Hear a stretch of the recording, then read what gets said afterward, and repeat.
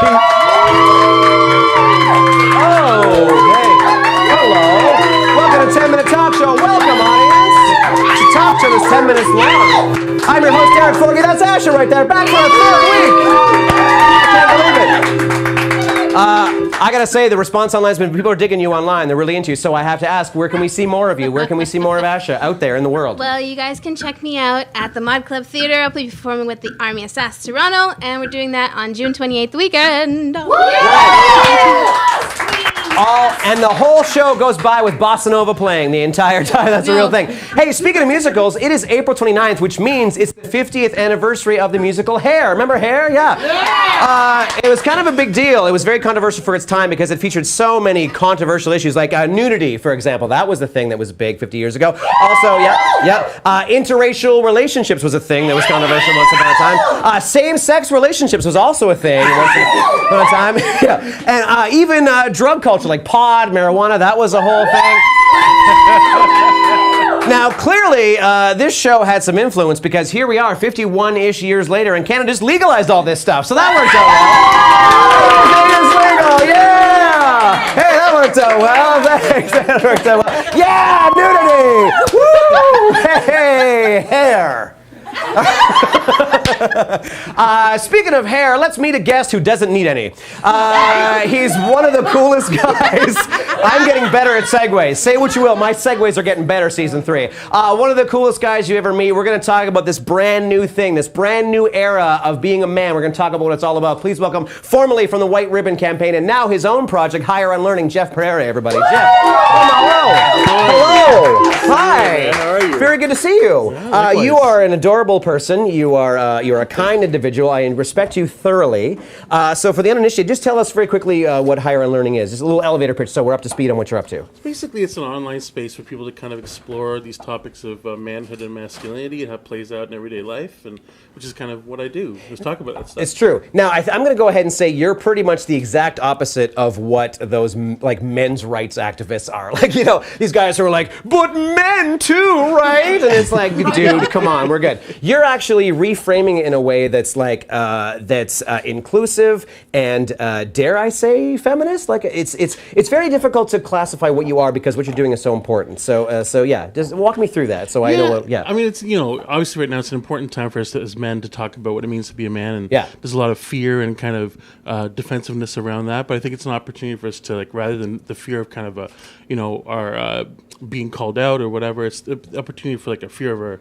It's a moment of our awakening, really. Right. To realize how we can. Exactly. Yes. Exactly. Thank you. They're on your side. Now, here's the thing, because I'm not sure. In your research, you're much more versed in this than I am. But when I think about my growing up, coming of age, the stakes for sexual conquest were high. It was like fast, quick, go, go, go, numbers, get your numbers up, the whole thing. But my interest in it was very out of step with that because it was like, I'm good, I'm good, I don't need to. But the pressure was there, but the desire wasn't. And what I'm learning as I age is that that's more and more common than I realize. Like all my friends who were like, yeah, chicks, woo, were actually like, I'm scared too. So are you finding that's happening more and more often? Are you finding that's a thing? Yeah, absolutely. I think the reality is that it's, sex and romantic sexual interactions, it's not something that we do to someone, it's something we do with someone. And I think part of That's right. And part of the challenge, I think, is, as men, because we think of it as a performance thing, as a measurement, like literally, like a measurement, right? Rather than... You just got 3 Like the measure of a man, like, really is around, like, how much we can produce or perform or demonstrate or prove. Right. And it's really got to be how we serve, how we give, how we live. And that can be... from the living room to the bedroom. Oh, you have no idea how hard you're working over this crowd. They are so into you. Because for me, the only times I can actually think of when I've been dishonest or I have lied are literally ages 15 to 18, and it was all about sexual conquest. Anytime I've ever been dishonest with myself or with others, it's been about sex. Yes. I felt compelled to do it, and meanwhile, I was surrounded by liars. Every one of them, every one of them. Like, yes. I go back now, some of those friends I still have, and I'm like, so did you really? And they're like, no. So how do we shut that down? How do we get this to stop being a sport? Stop. It's not about 3-pointers. It's not about how do we shut that down and get the chest puffing to just cool it a bit? I think as men, men, what we can do is kind of get together, and it's almost like, you go to the gym to physically work out. We can work out our empathy muscles together as men. We leave it to women to do a lot of the heavy lifting with us. Yes. Around our kind of like learning, and we can do that as guys and kind of work things out together and stop trying to prove or perform for each other. Like when guys are picking up someone, very hetero we're talking here, right? But like in that world, it's more to impress the boys or something in their own head. They're not even sure why they're trying to approach someone, right? It's like for those keeping score at home, we're up to 21 mhms.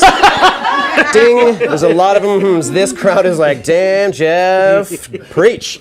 That's true. Now, I don't think, I think from what I've seen, the chest puffing, I don't know if that's ever going to go away. And I don't know if that's necessarily a terrible thing. So how do we get the chest puffing to be not just for me, but for others? How do you approach that? Well, I think it's just giving us permission to talk about this stuff and realize, like, we want to just be the best version of ourselves. And I think it's, unfortunately, sometimes it just takes the thing you don't see in the world, you got to be it. So just be the lesson in action and say that these things aren't important to me. Like, it's what matters and the real connections. And it's not about the impression I have on others, but the impact, the way I leave people feeling. Oh, damn, man. Well, you have dazzled this audience. You've dazzled the folks over there. So tell us how we can support you out online. How can we support your projects? Well, if you just look up higherandlearning.com, you can also, just what would be great is just supporting women's organizations, women's shelters across the country. Absolutely, yeah. Yes. Well, you've dazzled us, so there you go. That's Jeff. We're sold, we're in. That's Jeff. Thank you for doing your wonderful work. We enjoy you thoroughly. Yeah. Hey, so we were talking about impressive men, but we also have an impressive woman here too. We're all impressive people here at 10 Minute Talk Show.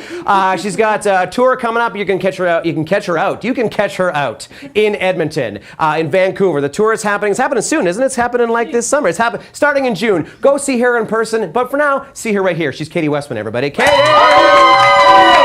I got your microphone. Here we go. We got this. You're going to need that because they want to hear what you're saying. There you go. Hey, guys. I just got out of a relationship recently. It was an open relationship, I found out. Ooh, yeah, it hurts. You boys are sneaky like that. You and your terms. But I decided I'd get right back on that horse. I went out speed dating. I don't know if any of you guys have been speed dating. Yeah. It's great. You go into a room and a bell goes off and you sit down with your new date. You have 3 minutes to get to know each other, and then a bell goes off and you go meet your next date in 3 minutes. So I was pretty excited. This drew me to it because I usually screw up dates about like 8 minutes in. So I only have 3 minutes. So I'm definitely getting some second dates out of this. So I sat down with a gentleman, and right away he's like, all right, do you like dogs? Oh my God, speed dating's so easy. Like, I've already found the one. I love dogs. He's like, I have a German Shepherd. I would die for my dog. What about you? It's like, oh, I would not die for my dog. No. Right away, we're at odds. He did not like that answer. So I thought, oh, let me explain. I have a pug. I don't even think that's a dog anymore. I don't know how they class them. That's not the only reason I wouldn't take a bullet for her, which is probably what I have to say because we're on TV. I should have another reason. I don't know, pugs are weird. But she's 16 and a half years old. Yeah, 16 and a half. Like, oh, I wish I had someone with a bullet just ready to take her out. Save me $200 at the vet. It's not really a joke, just about the budget I'm on, really. But I want her to die doing something she loves, like everyone who has to put down your animal. You want them dying doing what they love, and she loves cuddles. And there's so many times I've tried rubbing up her belly, and then they slowly get to her neck. And have you ever tried to strangle a pug? So many fat little wrinkles around their neck. You just can't get a hold of it. So this date's not going well. He decides we'll clear the air. Someone's crying. Oh, sorry. Don't worry, the pug's dead now. Don't worry. So the guy decides, why don't we just guess each other's spirit animal? He's like, I see you as a whale. Like, that is not something you say to a lady, sir. Yeah. He doesn't know me when I was bigger, back in the day, when everyone used to junior high used to say, like, hey, where's the ocean, Shamu? I'm like, we live in Alberta. It's far. Work on your taunts. He's like, all right, you choose me. What kind of spirit animal am I? I'm like, I'd say the monkey that gave everyone AIDS. Yeah. I didn't get any more dates. Thank you. Yeah! That's the Punk Strangling Comedy! Oh, I'll take that. KatieWestman.com, go see her on tour. That's Katie, that's Jeff, that's the show. Good night!